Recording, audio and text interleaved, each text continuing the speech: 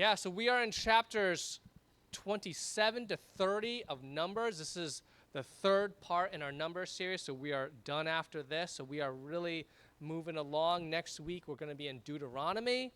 So, get ready for that. Okay. What I'm going to do today is I'm going to go through chapters 27 through 29 really fast, and then we're going to park in chapter 30. Okay? So in chapter 27, we have this really interesting little story.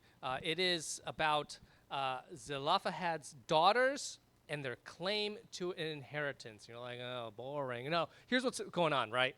So basically it's this. Zelophehad, right, he dies with no sons. So his name is not counted in the census. So earlier on, God told everybody, told Moses to say, hey, take a census of everybody. And of course, back then, it's like they kind of do the family names, which is by the man's name, right? And so he dies beforehand.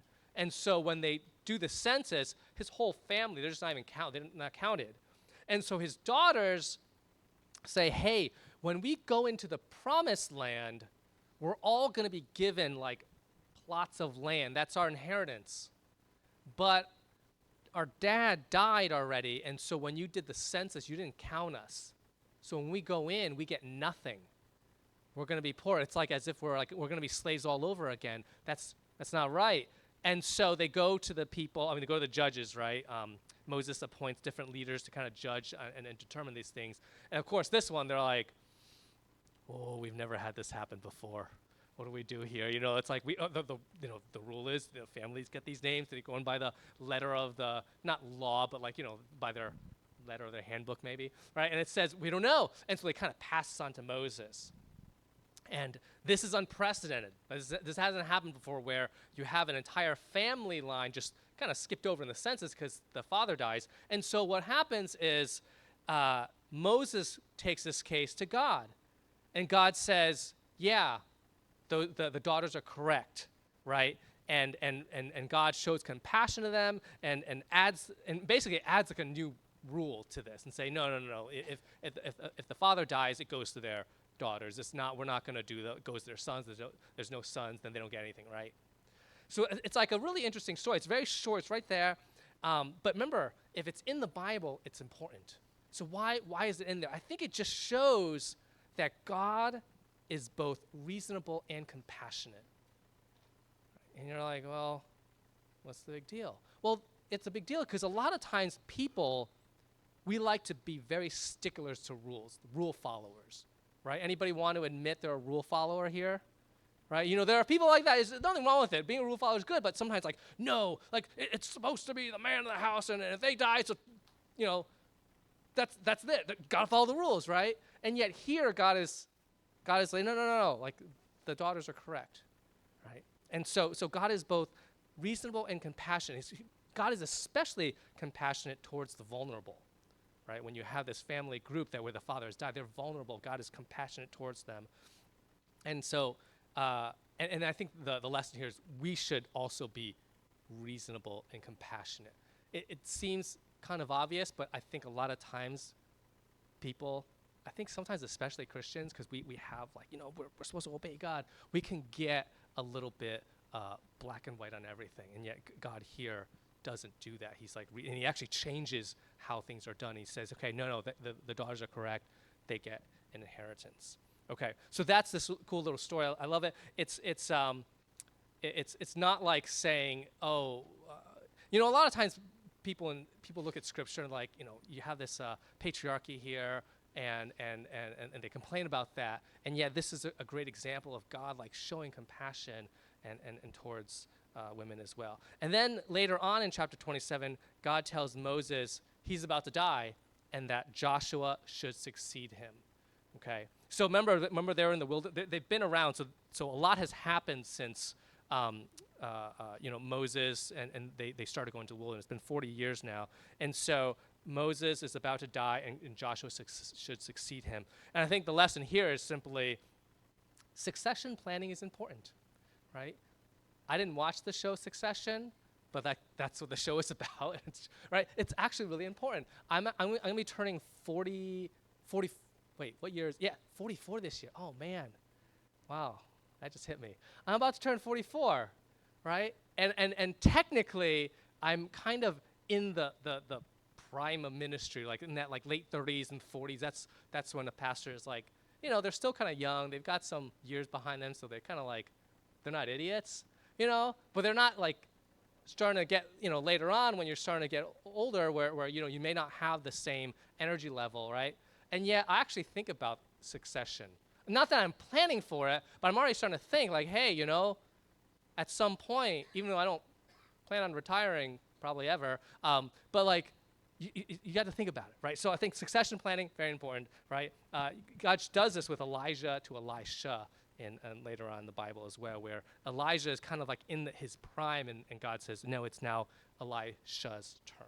Okay, so that's chapter 27. Chapter 28 and 29, there's this whole section, right, on rules on the offerings, right?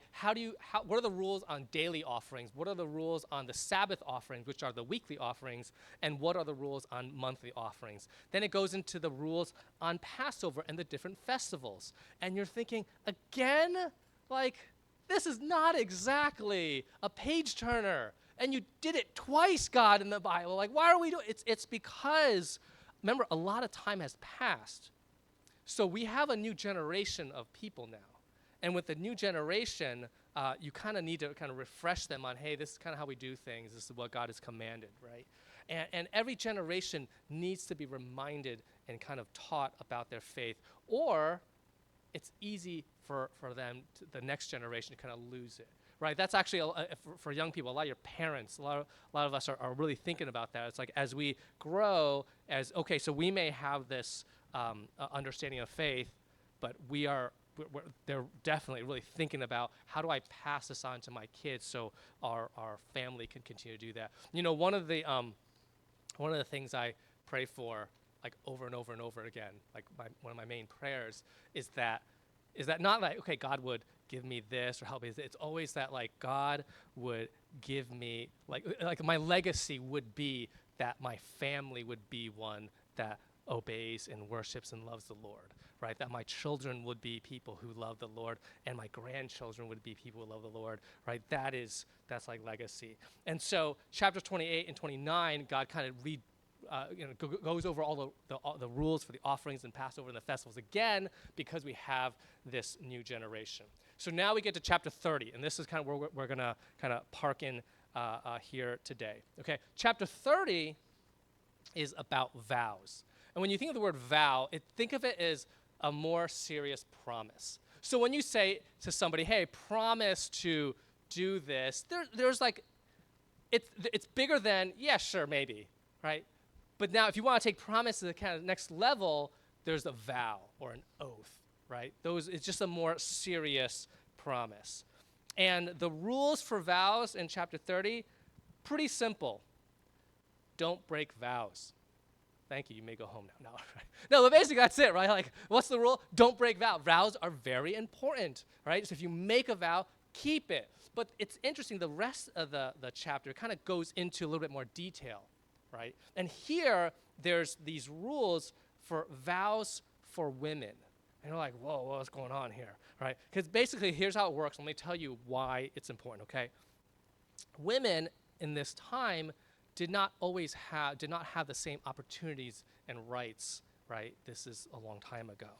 And so the rule for women is this. Okay, if you're like unmarried, you're like a teenager or something like that in your own home. If you make a vow, which is very serious, if your father hears it and doesn't object, the vow stands, right? So the father is like, oh, well, you just made a vow to,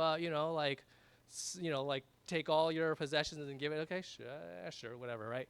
That vow stands. Don't break the vow, right? Or if it's a woman who's married, if your husband hears it and just doesn't object, then that vow stands.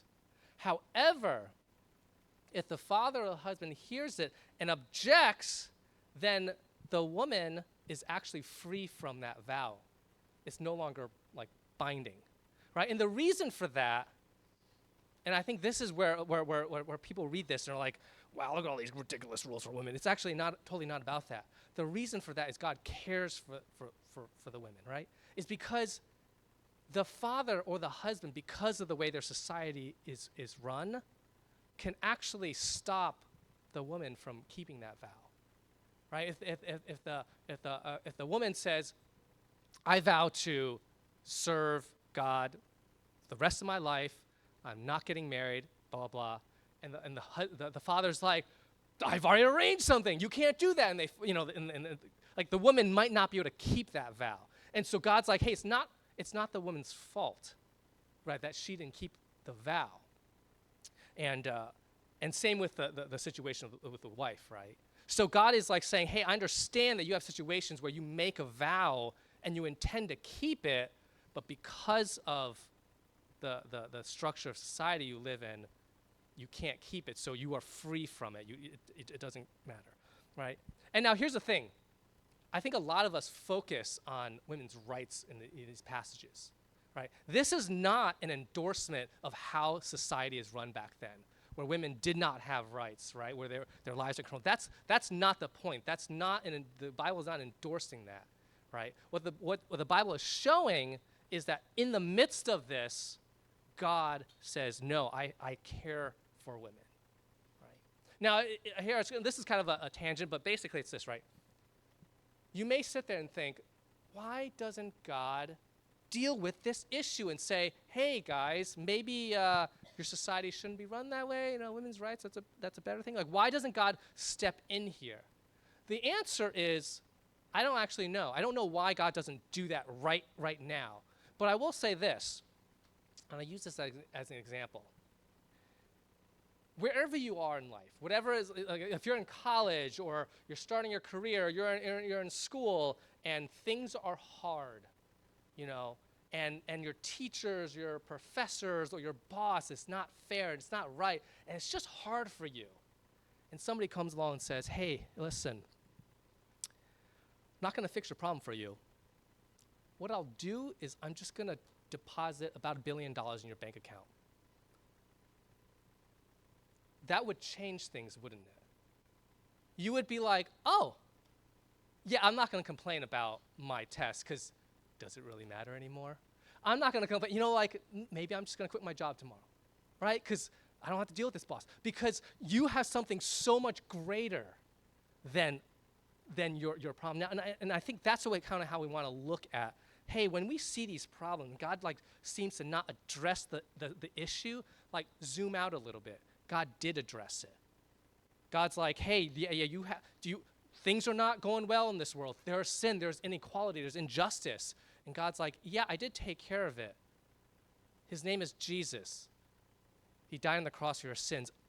I will make all things new through Jesus, right? Now, God would probably say it in a nicer way and not be so snarky about it, But that's how we want to read that. So a lot of times when we get to these parts, we're like, I don't like this. What does he know about this? Just zoom out and see what God has done.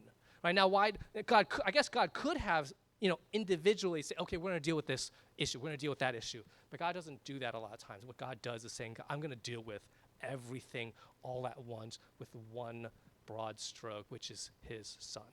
Okay. Now, here's the thing. Okay, let's get back to the vows, right? At the heart of the rules for vows and all this stuff, at the heart of it is integrity and how we are called to be people of integrity. Now, integrity, the definition is basically, just characteristics of being dependable, steady, truthful, incorruptible, solid, and stable, right? Integrity has both, hey, you're a person of integrity, but I know there are some engineers here. Integrity for them also means things like your stuff doesn't break, right? Structural integrity.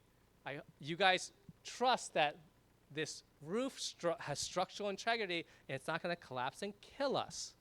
That's actually not a great example because one of our major capital projects that's coming up in the next few years is fixing the roof, right? But it's not going to collapse. I don't know what's up there, but I'm sure there's I-beams up there. I-beams aren't going to collapse. It's just, the roof is getting near the end of life, and we're going to have to deal with that, right? But you sit here, and you care about the structural integrity, and you just trust. You're like, yeah, I'm good. Those tiles have seen better days. They certainly have. But I don't think I'm going to die because something collapses on me.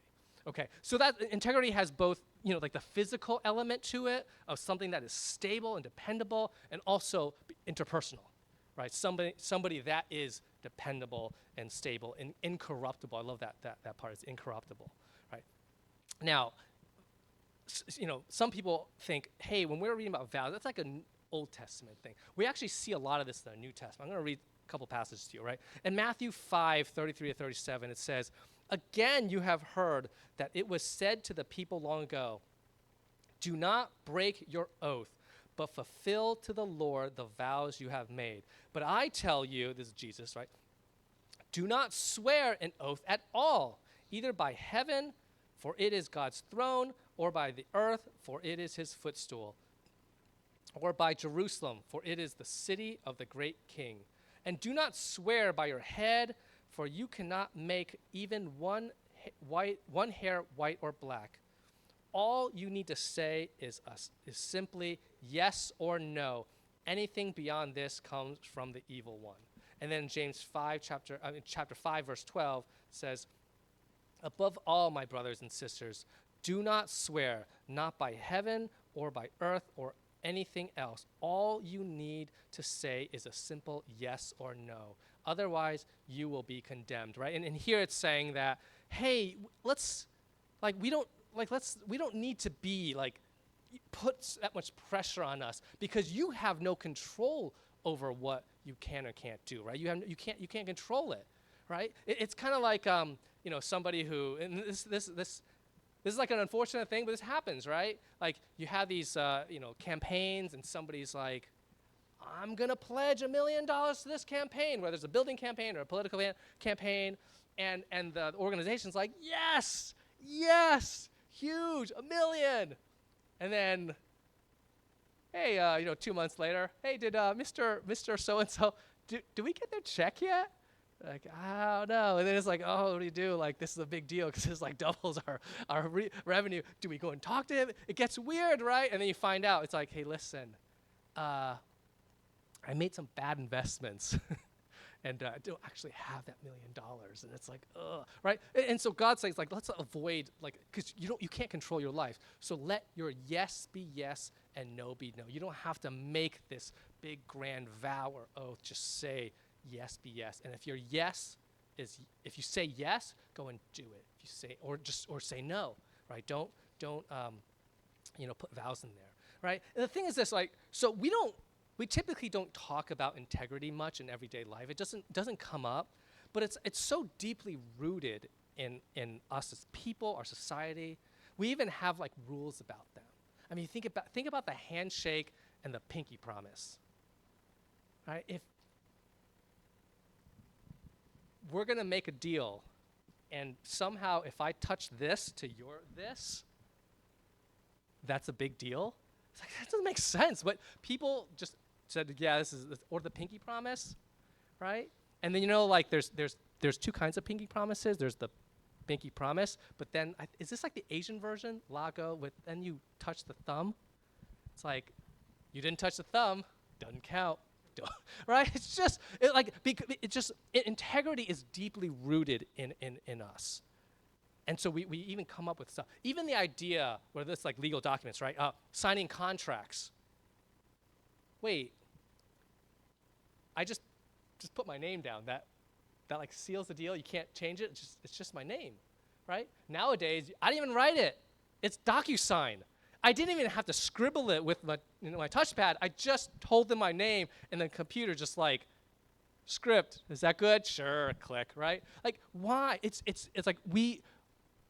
even though we don't talk about it, integrity is deep in our souls. We want it, right? It's important to us. And we want to be treated with integrity. And when we don't get it, we make a big fuss about it, right? I mean, how many of you have ever dealt with a company that didn't honor their warranty? Oh, When you don't honor a warranty, it's like you like want to start a war there, right? It's like, oh, I can't believe this company didn't want it was a lifetime warranty, and they're like, sir, did you read the fine print? And it's like, no, we get so mad because we know that's an integrity issue, or we get upset when people flip flop, right? When they say one thing and later on they're like, well, they walk back those comments. We're like, like those people without integrity. Anytime a company does something sketchy for profit, right? We get really upset because it's not just, hey, I lost out on a deal or something like that, or it's an integrity thing. It's core to who we are. And so you might be thinking, hey, Gene, like this message so far is not very spiritual. It's kind of like a self-help book. Live with integrity, with a guy with a real big smile with really big white teeth, and like, how is this sermon, right?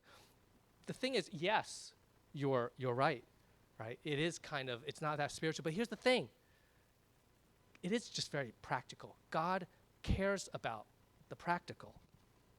And the thing is this, integrity is connected to holiness.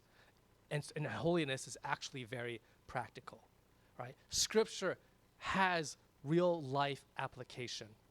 Integrity is really important to God. I'm going to read the Hebrews 6 verse that we read earlier again, right? It says this, when God made his promise to Abraham, chapter 6, verse 13 and 19, since there was no one greater for him to swear by, he swore by himself, saying, I will surely bless you and give you many descendants. And so, after waiting patiently, Abraham received what was promised. People swear by someone greater than themselves, and the oath confirms what is said and puts an end to all argument. Because God wanted to make the unchanging nature of his purpose very clear to the heirs of what was promised, he confirmed it with an oath.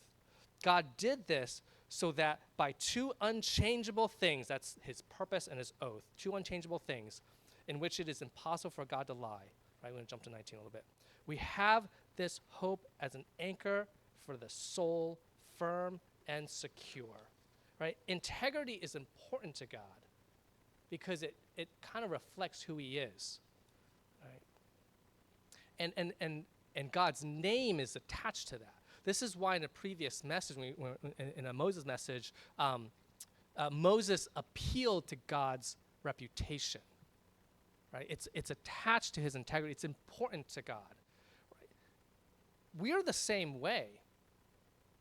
I mean, you know how the saying, you're embarrassing me, or you're making me look bad, right? That's an appeal to our reputation, to integrity, because, like, if you make your family look bad, it's like, oh, and it's like, hey, listen, it has nothing to do with you.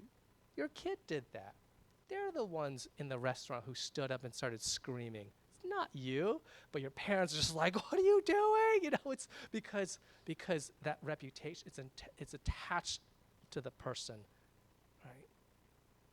Integrity is spiritual because our integrity reflects God's integrity. And you might be thinking like, oh, come on, is this like, you're really stretching it. Is this really that important? But aren't you glad that God has integrity? Think about, we won't even talk about his promises and like, aren't you glad that God has integrity in his creation? That when he created things, things are consistent? Can you imagine if some of our physical laws were inconsistent? Like the law of gravity works 99.99% of the time. That's pretty good, right? I mean, even an Asian parent would be happy with 99.99, right? I think so, right? But if that were true, would anyone ever leave a building? No, because you're outside, you're like, that 0.01 time, gravity just stops working, and centripetal force, so it's going to shoot me out at like 20,000 miles per hour into the sky, right? And we'd be like, well, there goes Sam. But listen, 99.99% of us are just fine, right? No, like that would be horrible, right? And so God in his creation has integrity, right? God in his purpose for you there's integrity and consistency there, right?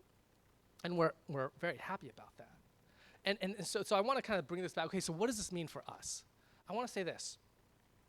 Imagine if Christians were known for their integrity. Imagine if like the whole world, just like when they thought about Christians, they were like, oh yeah, Christians. They're like people of integrity. How would that absolutely change the world? Right? Imagine if Christians were characterized as people who are dependable, trustworthy, and of high character. Right? You know, in some places, that actually is true, right? Like you may live with integrity in your workplace, in your school. When you do that, people notice because it's not normal. You know, if you live with integrity, people see that and they will say, yeah, you know, like I may not know much about Jesus, but I look at you, I look at the integrity of your life, in your work, in your school, whatever. It's like it makes a big deal. Okay, so integrity is really important. It has actually a ton of real world application, and it makes a big deal in building the kingdom. And so I'm going to close with this. For us today, okay, what's our 3 points? I think the first one is that integrity changes the world, right? Can you just imagine if some of the most powerful, richest people who have so much influence over millions and billions of people, if they were all people of integrity, right? Most of the time, you don't get to those places unless you really do some sketchy stuff along the way, right? But integrity changes the world. You may not be able to, your personal integrity may not be able to change like an entire nation. Maybe it will. I don't know where you guys are going to be one day, right? But in your world, right? Whatever influence you have around the people you work with, go to school with, in your family, integrity will change their world. And the second thing is this: integrity points to God. Right? We are called to live with integrity because it points back to God. Right? Remember how we talked about this before, and we kind of said it kind of over and over, where we are image bearers. Right? God created us to bear his image. And so when we live with integrity, it reflects who God is. And then the question, this is kind of part 3, is this: so how do you do it? So okay, I get it. I understand it's important and how it actually has real life consequences and influence. All that. How do I live with integrity? Right? It's tied to courage, selflessness, and principle. And it's pretty simple, not easy to do, but it's pretty simple, right? It's this: decide, practice, and sacrifice. Right? The first part is just deciding to do it. Right? This is where, scripture where it says, let your yes be yes. Right? Sometimes you just have to decide, yeah, if I said yes, I'm going to do it. If I'm not going to do it, or I'm not sure, I'm just going to be straight up no, or I'm probably not, or whatever, right? But let your yes be yes. The second one is practice, practice it and do it consistently. Right? You can, if you're somebody who says, when I say yes, I mean it. Except for those times where I didn't mean it. Like that doesn't work. You got to be consistent, right? It's like you practice it. And the third one is this: it's sacrifice. Because you can't really practice integrity and do it consistently unless you understand and accept that it is a sacrifice. Or it will come with a cost. If you're in the world of business, you know that if you choose to not have integrity, your profit margin will increase, right? It's very difficult. Like if that's all you cared about in business is, I just want to make money, then integrity will not be one of your highest values. Because there are times where you can do stuff where you're like, well, I can make an extra, a buck here or there. Right? So when you choose to live in integrity, you have to understand there is a sacrifice there, right? Because people who don't live with integrity can take advantage of that, and they will. But God has called you to be an image bearer. God has called you to live with integrity. So you got to understand that there's a sacrifice there, okay? right? So integrity is, it's not an easy thing to do, but we are called to do it. And so I want to take some time and pray. This is one of those messages that are like, integrity is such like a boring word. It's not a lot of like splashy stuff in here, but man, it's so core to who we are, and it makes such a big difference. It's like one of those decisions you make in your life that you're just like, no, like I'm going to be somebody of integrity. It's a decision you make that changes a lot, but that no one really notices immediately. Okay, but it is so important. Let me pray